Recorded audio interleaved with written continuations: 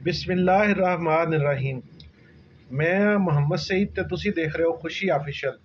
ਅੱਜ ਮੈਂ ਤੁਹਾਡੇ ਨਾਲ ਅਚਾਰੀ ਆਲੂ ਗੋਭੀ ਦੀ ਰੈਸਪੀ ਸ਼ੇਅਰ ਕਰਨ ਲੱਗਾ। ਉਹਦੇ ਵਿੱਚ 1 ਕਿਲੋ ਅਸੀਂ ਗੋਭੀ ਲਈਏ ਸਾਫ ਸੁਥਰੀ। ਅੱਜ ਕੱਲ੍ਹ ਜਿਹੜਾ ਹੁੰਦਾ ਹੈ ਕਿ ਥੋੜਾ ਗੋਭੀ ਜਿਹੜੀ ਲੈਣ ਵਿੱਚ ਮਸਲਾ ਹੁੰਦਾ ਕਿ ਗਰਮੀਆਂ ਵਿੱਚ ਗੋਭੀ ਵਿੱਚ ਕੀੜੇ ਹੁੰਦੇ ਤੇ ਬਹੁਤ ਦੇਖ ਕੇ ਚॉइस ਕਰਕੇ ਛਾਣਬੀਨ ਕਰਨ ਤੋਂ ਬਾਅਦ ਜਿਹੜੀ ਖਰੀਦਣੀ ਹੁੰਦੀ ਹੈ।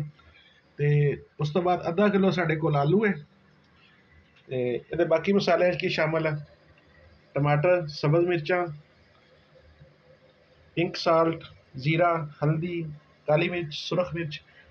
ਤੇ ਇਹਦੇ ਵਿੱਚ ਜਿਹੜੀ ਮੁਨਫਰਦ ਗੱਲ ਹੈ, ਇਹਨੂੰ ਅਚਾਰੀ ਗੋਭੀ ਤਾਂ ਹੀ ਕਿਹਾ ਹੈ, ਇਹਦੇ ਵਿੱਚ ਅਸੀਂ ਅੰਬ ਦਾ ਅਚਾਰ ਸ਼ਾਮਲ ਕਰਾਂਗੇ। ਤੇ ਸਭ ਤੋਂ ਪਹਿਲੇ ਜਿਹੜਾ ਉਹ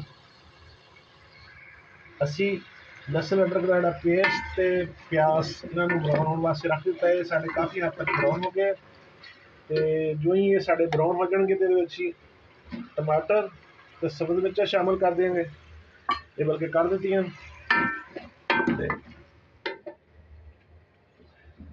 ਤੇ ਇਹਦਾ ਜਿਹੜਾ ਸਭ ਤੋਂ ਮੁਨਫਰਦ ਗੱਲ ਹੈ ਉਹ ਇਹ ਹੈ ਅਚਾਰ ਹੈ।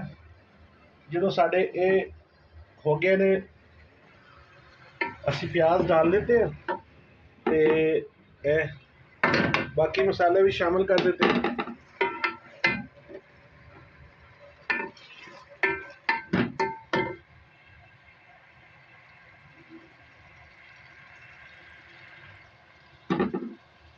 ਇਹਦੇ ਵਿੱਚ ਅਸੀਂ ਸ਼ਾਮਲ ਕਰਾਂਗੇ ਤਕਰੀਬਨ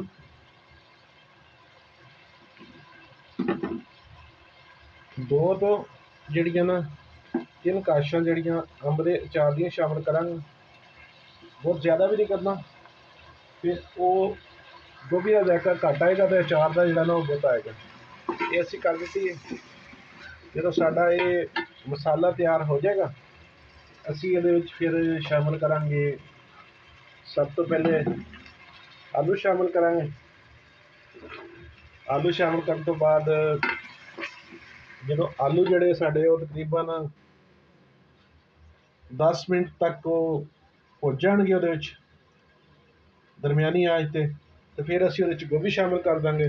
ਜੋ ਹੀ ਸਾਡੀ ਗੋਭੀ ਜਿਹੜੀ ਉਹ ਬਰਾਉਨ ਹੋ ਜਾਏਗੀ ਤੇ ਫਿਰ ਅਸੀਂ ਇਹਨਾਂ ਨੂੰ ਦਮ ਦੇ ਦਾਂਗੇ ਸਾਰੀਆਂ ਚੀਜ਼ਾਂ ਨੂੰ। ਤੇ 10 ਤੋਂ 15 ਮਿੰਟ ਦਮ ਦੇਣ ਤੋਂ ਬਾਅਦ ਇਹ ਚੀਜ਼ਾਂ ਜਿਹੜੀਆਂ ਤਕਰੀਬਨ ਆਲੂ ਕੁਝ ਤੇ ਭੁੰਨਣ ਦੇ ਨਾਲ ਗਲ ਜਾਣਗੇ ਤੇ ਕੁਝ ਇਹਦੇ ਵਿੱਚ ਜਿਹੜਾ ਨਾ ਦਮ ਵਿੱਚ ਗਲ ਜਾਣਗੇ ਤੇ ਸਾਡੀ ਜਿਹੜੀ ਇਹ ਬਿਲਕੁਲ ਬਿਹਤਰੀਨ ਕਿਸਮ ਦੀ ਅਚਾਰੀ ਆਲੂ ਗੋਭੀ ਤਿਆਰ ਹੋ ਜਾਏਗੀ। ਤੇ ਤੁਸੀਂ ਵੀ ਘਰ ਵਿੱਚ ਟਰਾਈ ਕਰੋ ਤੇ ਫਿਰ ਕਮੈਂਟਸ ਬਾਕਸ 'ਚ ਲਿਖੋ ਤੁਹਾਡੀ ਆਲੂ ਗੋਭੀ ਅਚਾਰ ਵਾਲੇ ਕੈਸੇ ਬਣੇ। ਵਸਲਾਮ।